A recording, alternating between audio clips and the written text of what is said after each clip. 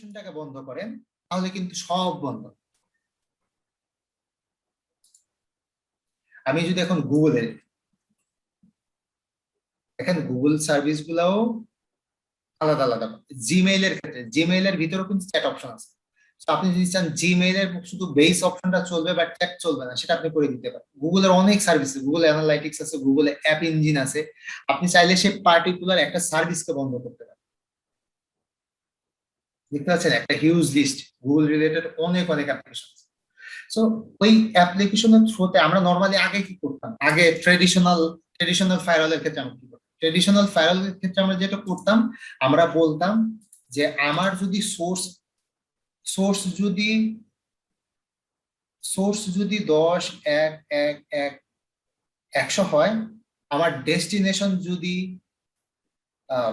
ধরেন গুগল হয়, google.com, তাহলে আমি বলতাম অ্যাকশনটা হবে পারমিট অর ডিনাই। আমি হয় পারমিট করতাম অথবা আমি ডিনাই করতাম। প্রবলেম যেটা হইলো এই ক্ষেত্রে যেটা করতাম সব ডিনাই করতাম সব। এখানে আমরা আরো যেটা করতে পারতাম, সোর্স এবং ডেস্টিনেশনের ক্ষেত্রে যেটা করতাম, আমি বলে দিতাম যে পোর্ট নাম্বার 80 ব্লক, তার মানে এই পোর্টটাকে ব্লক করে দিতাম। এখনকার অ্যাটাক কিন্তু শুধু পোর্ট বেস হয় না। পোর্ট বেস হয় না কেমন? ওরা করতে পারে কি 80 নাম্বার পোর্ট ইউজ করতে পারে। ধরেন আপনার নেটওয়ার্কে শুধুমাত্র বললেন আমি সব ব্লক করে দিলাম 80, এটা হলো এইচটিটিপি এবং 443, তার মানে এইচটিটিপিএস, এই দুটাকে আমি শুধুমাত্র অ্যালাউ রাখে সব বন্ধ করে দিলাম। প্রবলেম হইল এখনকার হ্যাকাররা এই 80 নাম্বার পোর্টের ভিতরে অন্য পোর্ট গুলা ইউজ করতে পারে। ধরেন আপনি ডিএনএস অ্যাটাক করবে 53, এই পোর্টটা ইউজ করলো 80 নাম্বার পোর্ট, মাস্কিং করা যেটাকে বলে, এই ধরনের অ্যাটাক ওরা করতে পারে। তো আপনি হয়তো আপনার ফায়ারওয়াল দেখবে 80 নাম্বার পোর্টে হিট আসতেছে, সে অ্যালাউ করে দিবে কারণ 80তে অ্যালাউ, বাট 80-র ভিতরে তো 53 ডেটা আছে। ক্লিয়ার হয়েছে সবার এফআইডি কি?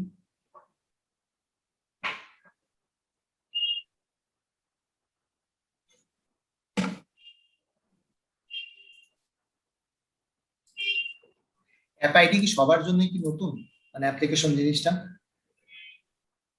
জি বুঝতে পারছি। এই ফিচারটা শুধু আপনার ফায়ার ওয়ালতে আছে তাই না? না, ফর্টিগেটও আছে। আছে না? ফর্টিগেটটা এরকম রিচ না, ফর্টিনেট এটা তো রিচ না। Almost similar I think. আমি একটা না অলমোস্টও বলা যাবে না, কারণ এটাই হচ্ছে পালকদের ইউনিক ফিচার, যেটা অন্য কারোরই নাই। এক্স্যাক্ট এটা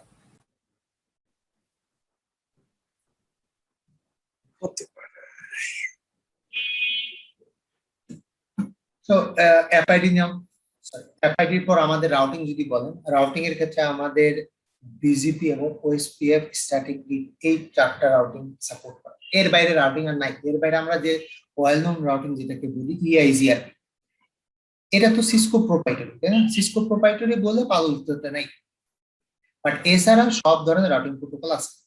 এর বাইরে নতুন কিছু রাউটিং প্রোটোকল আছে যেমন এলআইএসপি।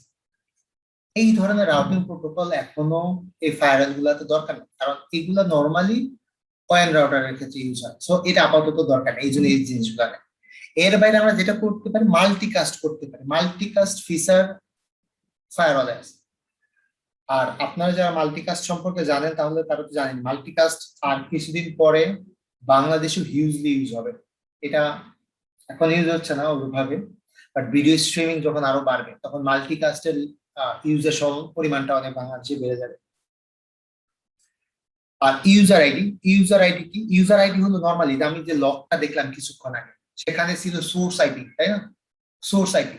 সো কোন একটা ইউজার যদি সেই ইউজারটা সিইও হয় কোম্পানি, দেখা গেল তার আইপিটা 10.1.1.100, এটা ধরে নিলাম তার আইপি, পিসির আইপি। এখন সব সময় কিন্তু আমাদের মনে রাখা টাফ যেটা সিইও এর আইপি, রাইট? তো আমরা করতে পারি কি ইউজার আইডি থ্রুতে এই আইপির সাথে সিইও ইউজার নেমটা ম্যাপ করে দিতে পারি। তখন যেটা হবে আমরা কিন্তু বুঝতে পারবো এটা সিইও রাইট। সো সে যদি কোনো কারণে প্রবলেম হয় আমরা কিন্তু এক্সট্রা প্রায়োরিটি দিতে পারি। ভাইয়া একটু রিপিট করা যাবে? একটু মিস করে গেছি। ওকে, সাপোজ আমরা যখন কোনো লগ দেখি, লগের ডেটা দেখি, লগ ডেটা দেখলে আমাদের কি থাকে লগের মধ্যে? আমাদের থাকে সোর্স, রাইট? আমাদের থাকে ডেস্টিনেশন, মানে সোর্স সোর্স জোন, এটা জোন আর কি, এবং ডেস্টিনেশন জোন, দেন সোর্স আইপি, ডেস্টিনেশন আইপি, দেন থাকে আমাদের পোর্ট, অ্যাপ্লিকেশন, এবং তারপর আমাদের অ্যাকশনটা কি হবে, অ্যালাউড আর ডিনাই। নর্মালি তো এটাই থাকে না?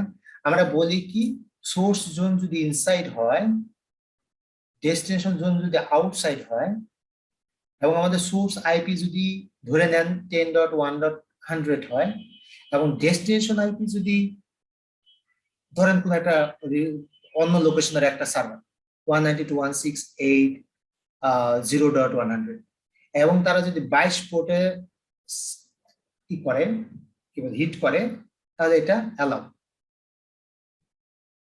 ধরে নেন আপনার সিটিওর আইপি, এটা সিটিও বা সিইও।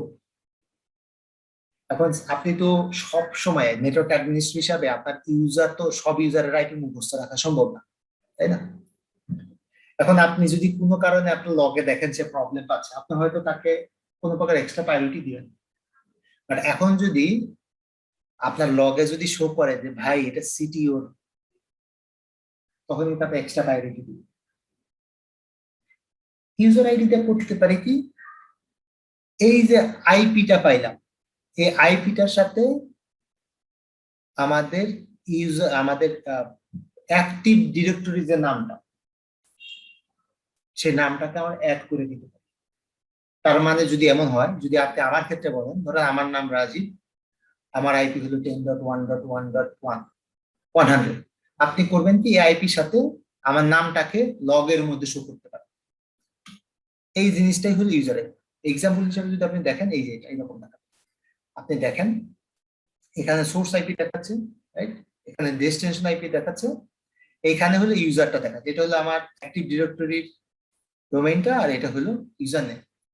পরের ক্ষেত্রে দেখাচ্ছে এটা হলো আমার সোর্স আইপি, এটা হলো আমার ডেস্টিনেশন আইপি, ইউজারটা হলো রাজু।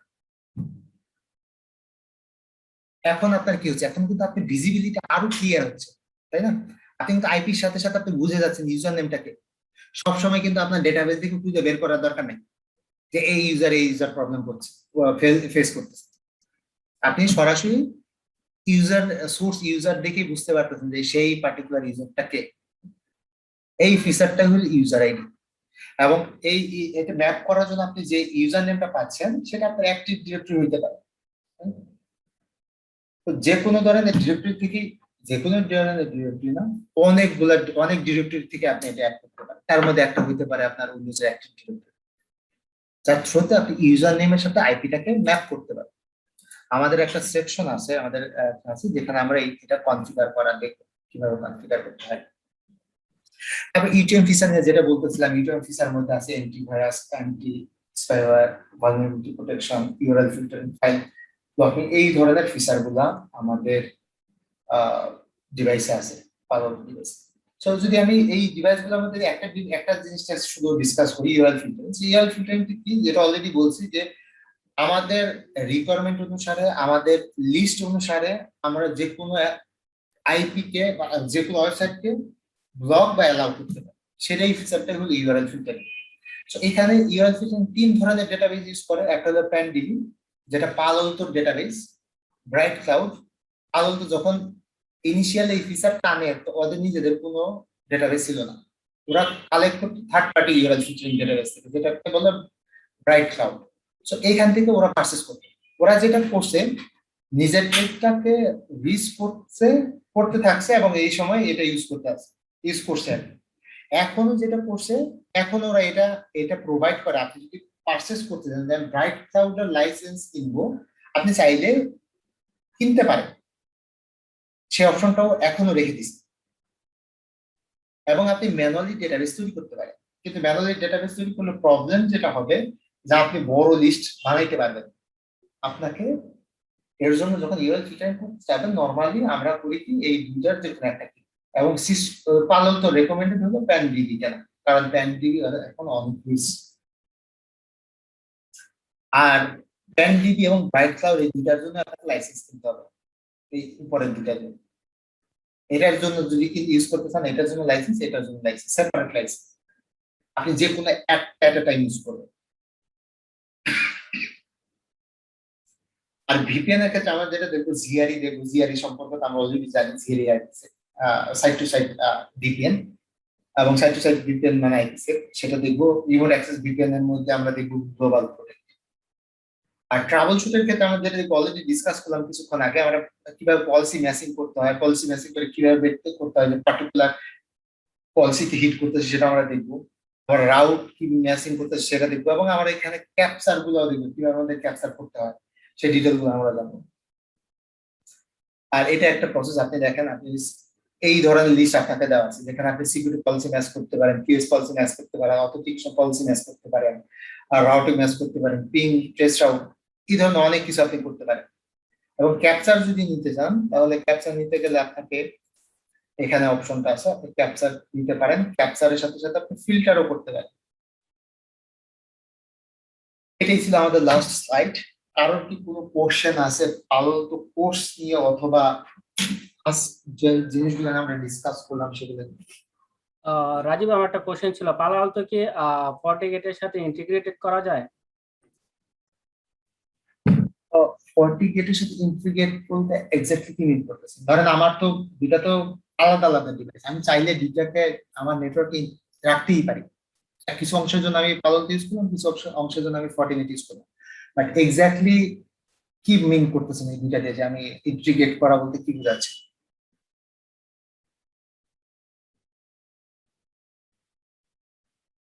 ফেইলওভার হিসেবে আমি আলাদা আলাদা ডিফারেন্ট চিন্তা করতে পারি। ধরেন আমার এটাতে কিছু আছে সিমিলার থাকবে, যেটা আমারতে হয়তো ফর্টিগেটেও থাকবে। ফেইলওভার চিন্তা ভাবনা কি করা যায়? সেটা এটাই কি কোশ্চেন ছিল? জি জি জি জি ভাই, এরকম। আচ্ছা আচ্ছা আচ্ছা, ঠিক আছে। ধরেন ফেইল ওভারটাকে দুই ভাবে আমরা কল্পনা করি, ফেইল সিনারিওটা আমরা দুই ভাবে কল্পনা করি। একটা সিনারিওটা এইরকম যে আপনি যদি একই একই ব্র্যান্ডের ফায়ারওয়াল ইউজ করেন তাহলে তাদের এইস এর প্রসেসটা একরকম। আপনি যদি এটাকে পালতো এটাকে ফর্টিনেট কল্পনা করেন তাহলে সেটার প্রোটোকল লেভেলটাই আলাদা। এখানে যেটা করতে হবে, এটা বেসড অন রাউটিং আপনাকে ফেল ওভার করতে হবে। কিন্তু আপনি যদি দুইটাই পালতো নেন তাহলে দেখবেন উইদাউট ড্রপ ফেল ওভার হয়ে যাবে, কোনো প্রকার ড্রপ আপনি দেখতে পাবেন। কিন্তু আপনি যখন ফর্টিনেট পালতো নিবেন তখন কিন্তু আপনি ড্রপ দেখবেন যখন ফেল ওভার হবে।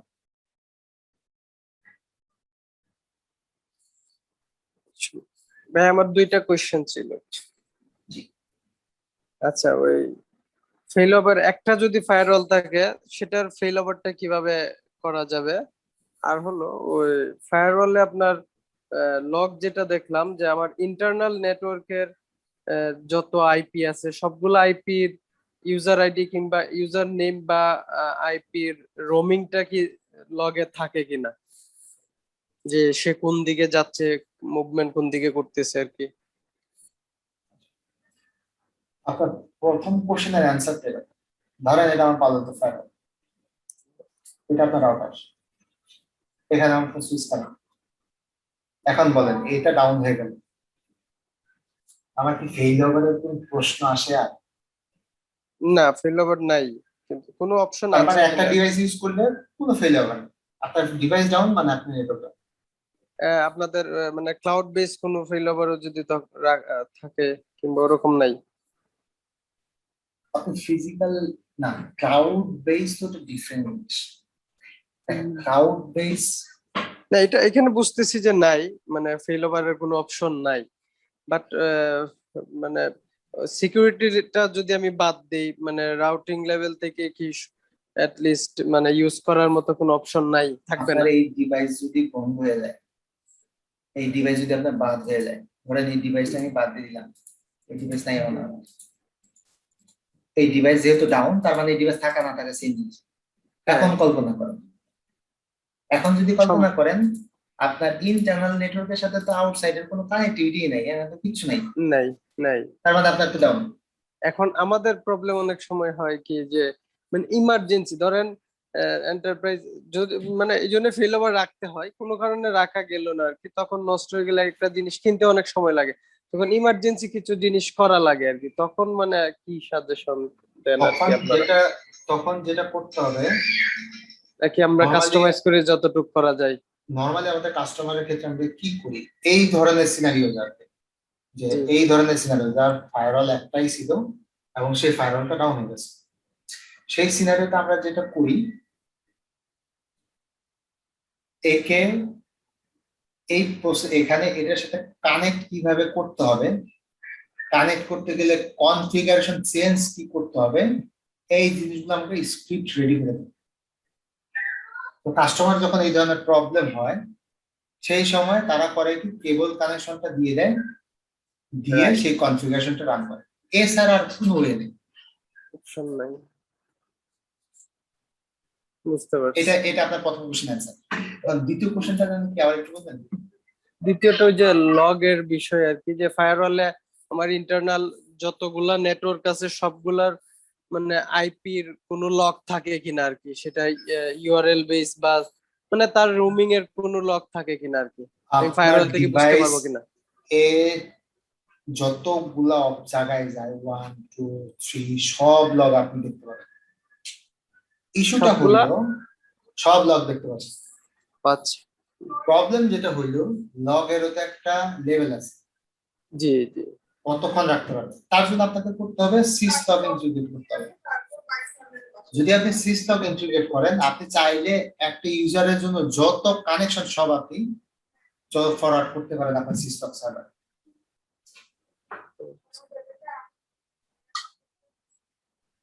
বুঝতে পারছি। আই মিন ওই আপনার ধরেন শুধু আমরা যদি ইউআরএলটাই দেখতে চাই যে ওই আইপি থেকে কোন কোন সাইটে সে গেছে, ওই ওই সিম্পল এই জিনিসটা কি দেখা যায় কিনা, বোঝা যায় কিনা? কোন কোন সাইটে গেছে মানে আপনি শুধুমাত্র ইউআরএল গুলা দেখতে চাচ্ছেন যে কোন কোন হ্যাঁ, ওয়েবসাইট সে ব্রাউজ করে, এটাই তো? জি জি। তখন আপনাকে যেটা করতে হবে, এই যে লগ গুলা দেখছেন না, এই লগ গুলাতে আপনি ফিল্টার ইউজ করতে পারেন। এই ফিল্টার গুলাতে আপনাকে দেখতে হবে 443 এবং 80, এই ক্যাপচার এই ফিল্টারিং ইউজ করতে হবে। এই ফিল্টারিং ইউজ করলেই সে লিস্টটা দেখতে পাবে যে সে কোথায় কোথায় যাচ্ছে। বুঝছি, মানে আলাদা লগ সার্ভার ইউজ করা লাগে না ফায়ারওয়াল ইউজ করলে? ওই যে যেটা বললাম, ধরেন লগ ধরন অনুসারে। এটার ক্ষেত্রে ধরেন আমাদের এরকম যে 2 জিবি লগ থাকে, এখন আপনি দিনের পর দিন ইউজ করতে করতে লগ বেড়ে যাবে, লগ বেড়ে গেলে কি হবে, ওর পুরানো তো লগ যেগুলো সেগুলো কাটতে থাকবে, চলে যাবে। হ্যাঁ, এই জন্যই হলো সিস্টেম সার্ভার, যে আমার ওই লগ গুলা যেন কোন একটা সার্ভারে স্টোর হয়। আর সিস্টেম সার্ভার আপনার তখন স্টোরেজ থাকবে হয়তো 2 টিবি 3 টিবি 4 টিবি স্টোরেজ থাকবে, তখন আপনি বুঝতে সেখানে পারছি, সেভ বুঝতে করতে পারেন। বুঝতে পারছি, অপশন আছে। Thank you. আর কারো কোনো কোশ্চেন?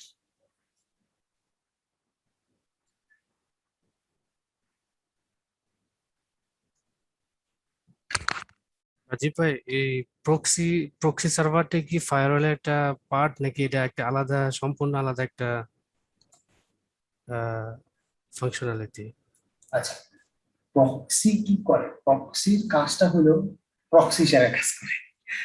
প্রক্সি হলো ধরেন এরকম যে আপনি চাচ্ছেন না নিজে এক্সপোজ হইতে, আপনি অন্যের থ্রুতে এক্সপোজ হবে না। সাপোজ ধরে নেন এটা হলো আপনি, আপনার ল্যাপটপটা ইন্টারনেট ব্রাউজ করবে, এটার থ্রুতে আপনি এখানে একটা প্রক্সি সার্ভার আছে। আমি জাস্ট আপনাকে লজিক্যাল ডায়াগ্রাম দেখাচ্ছি, ফিজিক্যালি কিন্তু এইভাবে কানেক্ট হবে না, এখানে সুইচ থাকবে, রাউটিং হবে, সুইচিং হবে, অনেক কিছু হবে, আমি জাস্ট আপনাকে দেখানোর জন্য। এবং এইখান থেকে যাচ্ছে ইন্টারনেট, তো আপনি করবেন কি, আপনি এইখানে কানেক্ট হবে, এবং এই যে এখানকার যে ওয়েবসাইট গুলো আপনি ব্রাউজ করবেন HTTPS দিয়ে বা HTTP দিয়ে, এরা কি দেখবে, এরা দেখবে আপনার রিকোয়েস্টটা এখান থেকে আসতেছে, এই প্রক্সি থেকে আসতেছে। তারা করবে কি, তারা এটা দেখতে পাবে না, তো ওরা রেসপন্ড করবে একে, এ ফরওয়ার্ড করবে একে, এটাই প্রক্সি। এবং নর্মালি প্রক্সি ফায়ারওয়ালের ফাংশনালিটি না, এটার জন্য আমাদের আলাদা সলিউশনই আছে। ওটা কি সফটওয়্যার বেসড সলিউশন নাকি হার্ডওয়্যার বেসড? এটা ভেন্ডরের উপর ডিপেন্ড করে, সফটওয়্যার বেস এবং হার্ডওয়্যার বেস দুই ধরনের সলিউশন আছে। Thank you. আচ্ছা ভাই, আরেকটা কোশ্চেন ছিল আমার, সেটা হলো বর্তমানে মানে সাইবার সিকিউরিটি এই বিষয়ে তো অনেক শোরগোল দেখতে পাই আর কি। তো নেটওয়ার্ক সিকিউরিটি আর সাইবার সিকিউরিটির মধ্যে মেইন পার্থক্যটা কি? আমি একটু যদি ডিপলি বলি, কিছুদিন আগে ধরেন আমাদের ওই মানে সাইবার সিকিউরিটি সম্পর্কে জানতে গেলাম, কিংবা বিভিন্ন ধরনের হ্যাক হয়, এগুলো বন্ধ করতে আমাদের নেটওয়ার্ক সেকশনকে বলতেছে। তো ওই দিকে একটু ঘাটাঘাটি করে দেখলাম যে মানে সবগুলা প্রায় মানে application base plus software base আর কি, এরকম মানে যারা দেখা যায় প্রোগ্রামার থাকে তাদের জন্য ওই সাইবার সিকিউরিটি মূলত, আমার ধারণা আর কি এরকম মনে হয়। তো আমাদের নেটওয়ার্ক থেকে কি ধরনের সিকিউরিটি তাহলে আমরা মানে দিতে পারি ওইসবের জন্য? ওটা কি যে ফিজিক্যালি কিংবা লজিক্যালি শুধু বন্ধ করা এইরকম, মানে মানে মোটামুটি তফাৎটা আর কি দুইটার মধ্যে? মানে আর নেটওয়ার্ক সিকিউরিটিটার আমরা যে যেমন আমি সিসিএনই করলাম, সিসিএনপি করব, কিন্তু আমাদের ফিউচারটা দেখতেছি মনে হচ্ছে যে অ্যাপ্লিকেশন বেস সফটওয়্যার সাইডেই চলে যাচ্ছে, এরকম মনে হচ্ছে আমার কাছে। একটু যদি ডিটেইলস একটু বলেন। Okay. ধরেন নেটওয়ার্ক সিকিউরিটি যখন বলে না, এটা শুধু ফোকাস করে নেটওয়ার্কের উপর। আর সাইবার সিকিউরিটি যদি বলেন, সাইবার সিকিউরিটি অনেকটা কম্পিউটার সিকিউরিটি নয়। জি কম্পিউটার সিকিউরিটি বলতে বোঝাচ্ছে কম্পিউটার রিলেটেড সবকিছু সাইবার সিকিউরিটির অংশ। সাইবার সিকিউরিটি বলা মানে শুধুমাত্র যেমন এই যে প্রক্সির কথা বললাম, প্রক্সি কিন্তু সাইবার সিকিউরিটির অংশ, এটা কিন্তু নেটওয়ার্ক সিকিউরিটির অংশ। নেটওয়ার্ক সিকিউরিটি এবং এটা এইভাবে বলতে পারেন, নেটওয়ার্ক সিকিউরিটি কিছুটা অংশে সাইবার সিকিউরিটির অংশ, আবার সাইবার সিকিউরিটি কিছুটা ওয়েতে নেটওয়ার্ক সিকিউরিটির অংশ। যখন নেটওয়ার্ক সিকিউরিটি বলবে তখন শুধুমাত্র নেটওয়ার্ক হার্ডওয়্যারের ক্ষেত্রেই আমরা বলি, মিন করি যে নেটওয়ার্কের ক্ষেত্রেই মিন করি। সাইবার সিকিউরিটি বলে আমরা ব্রডলি বলি, পিসি থেকে শুরু করে এই জিনিসগুলাকে বলি বিভিন্ন। সাইবার সিকিউরিটি বললে শুধুমাত্র এমন না যে আপনি হার্ডওয়্যারের সিকিউরিটি, আপনি কিভাবে ফাইল শেয়ার করবেন, সে ফাইল শেয়ারের সিকিউরিটিটা সাইবার সিকিউরিটির অংশ। আপনি ফায়ারওয়ালের মধ্যে আপনি কিভাবে একটা পিডিএফ ওপেন করবেন, সেটারও প্রসিডিউর কিন্তু সাইবার সিকিউরিটির অংশ। হ্যাঁ সেই আচ্ছা। পিডিএফ এখন ওখান থেকে কোথা থেকে আপনি ইমেল ইউজ করবেন, কোথা থেকে আসলে ইমেল আপনি কিভাবে চেক করবেন, সেগুলো হলো সাইবার সিকিউরিটির অংশ। আপনার ইমেলের কিভাবে আপনি এক্সপোজ হইতে পারেন ইমেলের থ্রু, এগুলো সাইবার সিকিউরিটির অংশ। এটা কিন্তু এখন নেটওয়ার্ক সিকিউরিটির অংশ। আমরা ধরেন সার্ভার গুলাকে জোনিং করে বিভিন্ন ধরনের আমরা নেটওয়ার্ক সিকিউরিটি দিয়ে থাকি, তারপরেও যখন যেগুলা ওই আউটার সাইডের সার্ভার থাকে আর কি, আনট্রাস্ট যেগুলো রাখতে হয় জোনে, সেই সেইগুলাতে ধরেন বিভিন্ন ধরনের ওই হ্যাক ট্যাক অনেক সময় হয়। সেক্ষেত্রে আমরা আমাদের কি নেটওয়ার্ক অ্যাডমিনিস্ট্রেটরদের আমাদের কোনো মানে দায়ভার কিংবা বলেন আমাদের উপর তো অনেকটা চলে আসে আর কি। সেক্ষেত্রে বিষয়টা মানে বুঝতেছি না আমি অনেকটা। দেখেন, আপনি আপনি 100% সিকিউরিটি প্রোভাইড করতে পারবেন না। হ্যাঁ সেটা সবকিছুরই বুঝতেছি। ব্যাকহোল থাকে। আপনি আপনার প্রতিটা ভেন্ডর, হ্যাঁ যেটা পালতো বলেন, ফর্টিনেট বলেন, না যে কোনো ভেন্ডর বলেন, তারা কিন্তু আপনাকে বলে যে আমরা সর্বোচ্চ সিকিউরিটি দিচ্ছি, বলে না যে কিন্তু আমরা একেবারে জি। সবকিছুরই সিকিউরিটি দিচ্ছি।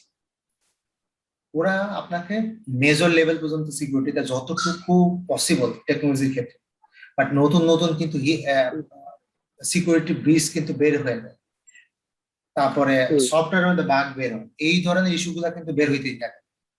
তো এই দায়ভার আপনি একেবারে এড়াইতেও পারবেন না, আবার এই দায়ভারটা পুরাপুরি আপনি নিতেও পারবেন না। তো এটা অনেকটা এরকম যে আপনাকে বকা দিলে বকা শুনতে হবে, শোনার পর আপনার মনে শান্তি রাখতে হবে যে ভাই এটা আমার জন্য ভাই। সেটাই। আর নেটওয়ার্ক সিকিউরিটিটা কি একটু মানে ইয়ে হয়ে যাচ্ছে কিনা, একটু কম হয়ে যাচ্ছে মনে হচ্ছে যে ইয়া ধরনের যে সাইবার সিকিউরিটি কিংবা বিভিন্ন এখন সবকিছু অ্যাপ্লিকেশন বেস দেখা যায়। আমরা এই নেটওয়ার্ক এই সিকিউরিটি গুলা এর বাইরে তো তেমন কিছু দেওয়ার নাই। হ্যাঁ, যেমন ওয়েব সার্ভার থাকে, বিভিন্ন আউটসাইডার সার্ভার যেগুলা থাকে, এগুলাতে বিভিন্ন ধরনের হ্যাক, বিভিন্ন রকম অনেক কিছু হয়, তখন আমাদের দিকে কোশ্চেন চলে আসে। বাট মানে মনে হয় তো এই জিনিসটা বেশিরভাগ সার্ভার এন্ডেই মনে করেন যে প্রোটেকশন দেওয়ার অনেক কিছু থাকার কথা। আমরা তো শুধু ওই যে লজিক্যালি কিছু সিকিউরিটি ছাড়া আর কিছু দেওয়ার তো অপশন নাই, উপায়ও নাই। তো আমার কাছে এরকম এখন মনে দেখেন, হলো আর কি বিষয়টা। এটা আমি যদি টেলকোর পার্সপেক্টিভে বলি, আমি নর্মালি টেলকোতে সাপোর্ট দিচ্ছি এখন, সো আমি টেলকোর পার্সপেক্টিভে বলি। টেলকোতে কিন্তু যেটা হয়, নেটওয়ার্ক সিকিউরিটি টিম থাকে, তার সাথে সাথে কিন্তু ওদের আলাদা একটা সিকিউরিটি কি বলে একটা পলিসি থাকে, যেটা সিকিউরিটি টিম ডিফাইন করে দেয় যে আপনাকে সার্ভারের জন্য কি কি সিকিউরিটি এনশিওর করতে হবে। ওরা কিন্তু পুরাপুরি শুধুমাত্র আপনার উপরে ডিপেন্ড করে না, মানে আই মিন নেটওয়ার্ক ইঞ্জিনিয়ার উপরে ডিপেন্ড করে না। তো ওই যারা নিজেদের ফায়ারওয়ালে বেসিক সিকিউরিটি এনশিওর না করতে পারেন, তাদের ফায়ারওয়ালে ডেফিনেটলি প্রবলেম হবেই। আর আপনি আমাদের বাংলাদেশের পার্সপেক্টিভ আরেকটা প্রবলেম আছে, সেটা হইলো আমাদের, আমি জানি না আপনারা কখন ইন্টারভিউ নেন কিনা বা দেখছেন কিনা, এই ধরনের ফেস করছেন কিনা, আপনি কিন্তু ভালো ইঞ্জিনিয়ার খুঁজে পাবেন না বাংলাদেশে। কারণ বাংলাদেশে স্টাডি প্লান করতে চায় না, শুনতে বাজে শোনাবে, আপনারা আমার এটাকে যেভাবে নিবেন, বাট এটা কিন্তু মানে রিয়েল সিনারি। তো সেক্ষেত্রে যেটা হয় যে কিছুটা জিনিস আমাদের না জানার ক্ষেত্রেও হয়ে থাকে, পুরাপুরি যে একেবারে আমাদের দোষ নাই তেমন না, আমরা কিছু জিনিস জানি না বলে প্রবলেম হয়। ইভেন সবাই সবকিছু জানবেও না, এটাও ট্রু, রাইট। এটাও ট্রু। তবে আমার এবং মনে হয় যে ওই যে টেলকো সিস্টেমে যেরকম বললেন সিকিউরিটির জন্য মানে আপার লেভেলে একটা সিকিউরিটি টিম থাকা দরকার, সেটা সফটওয়্যার প্লাস নেটওয়ার্ক সিকিউরিটি মিলে থাকে, বড় দুইটা এন্টারপ্রাইজে মিলে। আলাদা একটা সিকিউরিটি টিম থাকে, যারা শুধুমাত্র নেটওয়ার্ক সিকিউরিটি না, মানে নেটওয়ার্ক হার্ডওয়্যার সিকিউরিটি না, তারা ওই কিভাবে ইউজারের পিসি সিকিউরিটি এনশিওর করবে, কিভাবে সফটওয়্যার হয়, আই মিন ইমেইল আসলে ইমেইল কিভাবে চেক করবে, সেই সিকিউরিটি গুলো বলে। তারপর প্রতিটা আইটি টিম থাকে, আইটি টিমের থেকেও কিন্তু ওই এন্ড পয়েন্ট সিকিউরিটি তারা এনশিওর করে। তারপর সার্ভারের জন্য পলিসি ডিফাইন করে, রাউটারের জন্য পলিসি ডিফাইন করে যে কি সিকিউরিটি প্যারামিটার ইউজ করবে, এই ধরনের পলিসি ডিফাইন করার জন্য আলাদা সিকিউরিটি টিম থাকে।